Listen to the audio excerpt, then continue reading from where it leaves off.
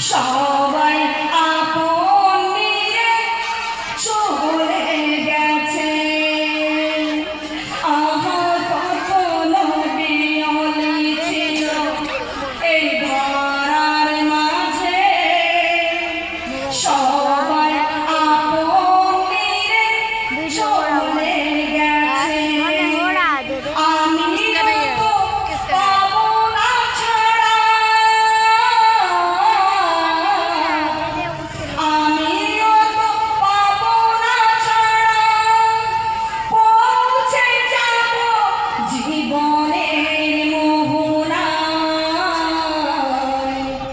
বিদায় বেলায় মোরে দিও গো দেখা, হে প্রিয় রাসূল।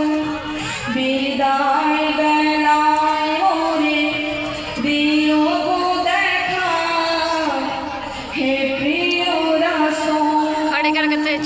বিদায় বেলায় মোরে দিও গো দেখা, হে প্রিয় রাসূল।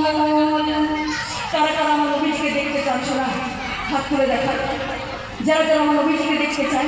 কারণ হাদিস এসেছে যারা নবীর চেহারা একবার দেখবে স্বপ্নে তারা বেশ এক জান্নাতি হবে। সুবহানাল্লাহ। নবীর মহব্বতে উঠে আসবেন না গো, নবীর সাফায়াত লাগবে না আপনাদের? না জান্নাতের সার্টিফিকেট পেয়ে গিয়েছেন আপনারাও? ওসমান গনিজুল নুরাইনের মতো আপনারা কি জান্নাতের সার্টিফিকেট পেয়ে বসে আছেন? বসে আছেন কি? জান্নাতের সার্টিফিকেট পেয়ে গিয়েছেন? পাইনি। আল্লাহ রাসূলকে আসুন, নবীর সাফায়াত ছাড়া কোনো উম্মতি জান্নাতে যেতে পারবে না।